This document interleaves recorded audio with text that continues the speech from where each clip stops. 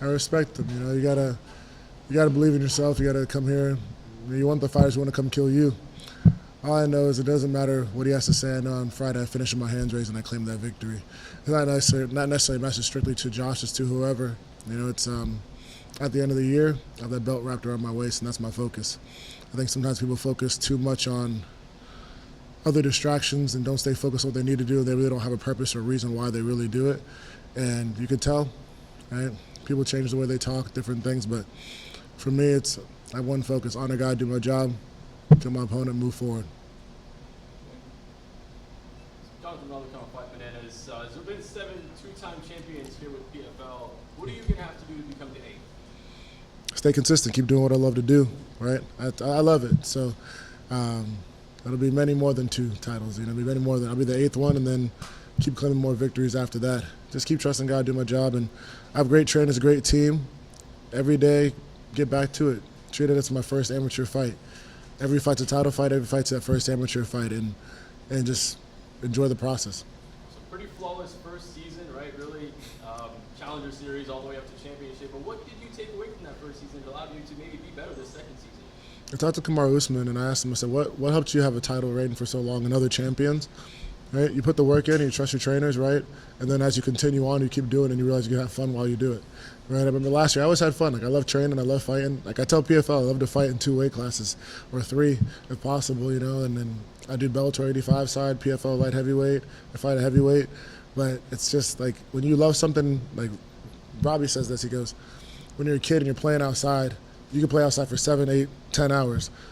And then when they call you in and when the lights come on, you can still play more because you're just doing what you love. And to do that again, it's just like every single time I step in that cage, like I'm just doing what I love. I throw down. Like I said, I respect Josh. I have a job to do, and that's it. I don't really focus on him or whoever it is. And when I get that title this year, I'll be grateful to be the 8th one and keep moving forward.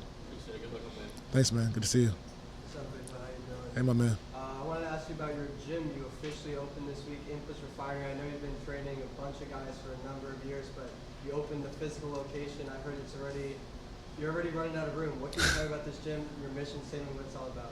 Thanks, man. Yeah, so Impa's Refinery, it's really like a continuation of everybody that's trained me in my life, from my music teachers to professors, the guys, trainers like Kill Cliff, Dieter.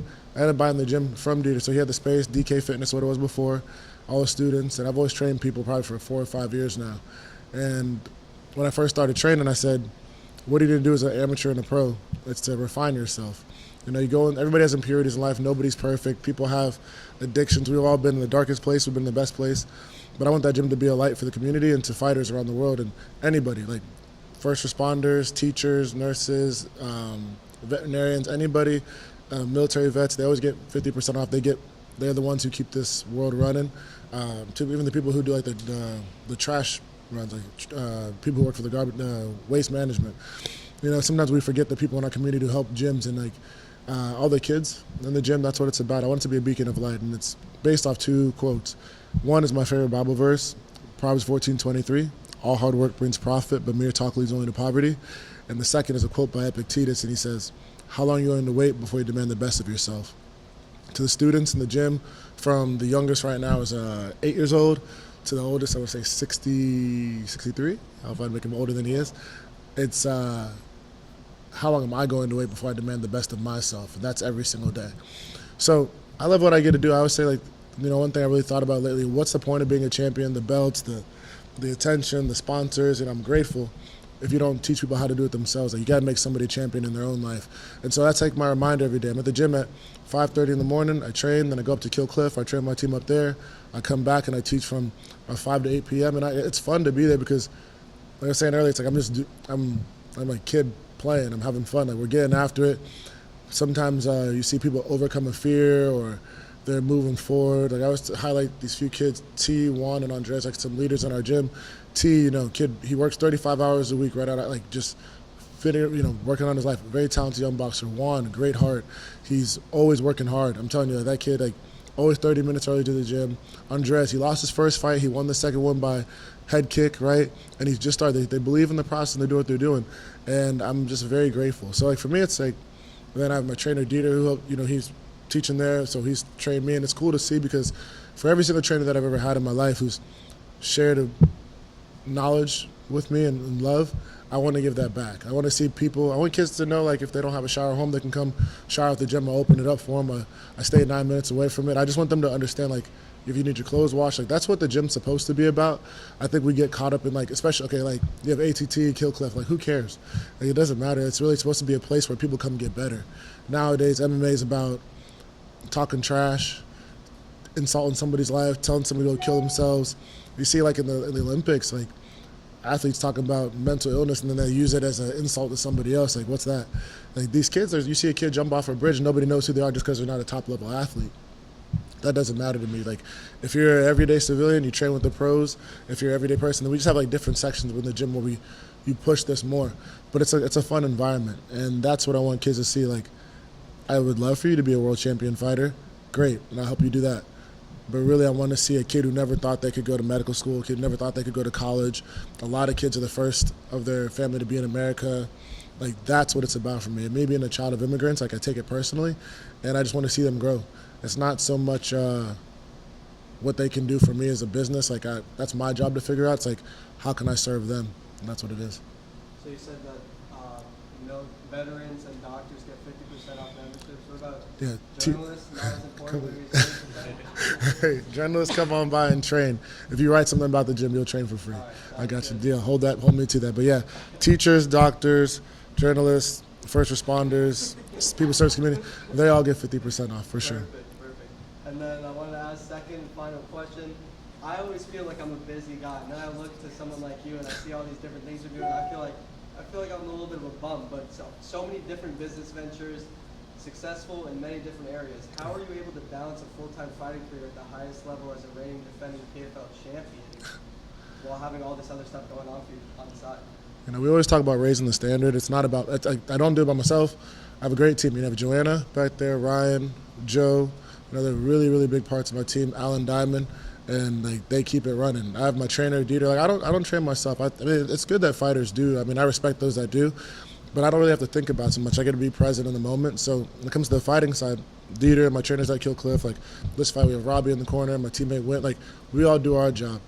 My parents, I lean on them, I pray, I talk to my pastor like after church on Sunday, whether I had like the worst, most sinful week or the best week of my life. You know, like I'm just honest with him and he talks me through things. And then I have, you know, Dieter. If you see Dieter and I, people laugh because at all times of the day, Dieter's like, what the are you doing today? So it's always him on me. And then Ryan, he's been crushing it with socials, and we're actually entering a motorcycle film festival, so there's something new about that. We're excited about that. Joanna, so with the gym grand opening, Joe came in town. He knocked down a wall, took down windows, remodeled the gym. Ryan, he does all logistics and stuff. So it's not me by myself. I say God bless me with a great team, and my job is to serve them by being the best version of myself, and then we all work together. Thank you. Appreciate you. Hello, how are you? Katie with MMA Hot Lips. So I'll just ask really brief questions. I was reading that you have, it'll be more of a fluff question. I was reading you have college education. That's right. And it's in accounting. Do you prefer FIFO or LIFO? Oh, shit. Oh, gosh, that's a great question. I have no clue. I'm not even into that. So I'm not going to give you some messed up answer. But Next question, I read that you wanted to buy a ranch. Yes, ma'am. Now, you were the champion last year. Did you go ahead and buy that ranch? Not yet. No, Not yet. no. I'm gonna buy a ranch one day. Ideally within the next year or so. I talked to Tani. Tani made fun of me because my overalls were clean ones. But yeah, I'm looking at I like Okeechobee. There's a ranch up there. They're gonna teach me a little bit more. Going to Idaho. Gonna see them. The guys at the Hat Brand Beef Co. Teach me a little bit more. But ideally it'd be somewhere central or North Florida, or in Texas. But Very nice. yeah. Thank you. Best of luck. Thank you. Appreciate you. How you doing? What's up, man? How you doing? Good to see you. Good to see you too. How's the studies going? It's going well. Finished up the certificate program with Harvard, so next is to get my MBA, and I want to get my PhD. Ideally, I start applying, and hopefully I'll start winter semester coming up, like January-ish, after the winter, after the finals. So that's going well. Probably do maybe one more certificate program. I mean, different schools offer different programs. Like Wharton has some, Cornell, Harvard has some more. That was really cool. It's actually helped me a lot with my business, just like how I structure and talk to people. And then, University of Miami. I'm always near there. It's near my gym. plugged in local and community. That's an idea. I've talked to them, talked to some counselors about what the programs that they offer, and then ideally Wharton, and then in Philly would be the next step. Yeah, and I know you love to travel. We've been to Europe before. Yeah. Big fight coming up in London. Yeah. Between Evelyn and Fabian Edwards. Obviously, you've got history with Evelyn. Mm-hmm. Any thoughts of maybe coming over to London to watch the fight, and will you be keeping an eye on that bout regardless? I'd love to. That's a fight I really like to go, be there for. Two solid fighters. Of course, John Dillman's an excellent fighter, one of the best fighters in history. And, yeah, we have the history there. And then you have Fabian. Right now, obviously being fight week and everything, my task at hand is claiming this victory Friday. But I'd love to talk to PFL about getting out there for that fight. I love London. I work with Triumph Motorcycles, so it'd be kind of fun to do some riding around there. And I'm scheduled to go to Manchester, too, to go speak. So I'd like to get over to the UK again and just have some fun. Yeah. Appreciate you.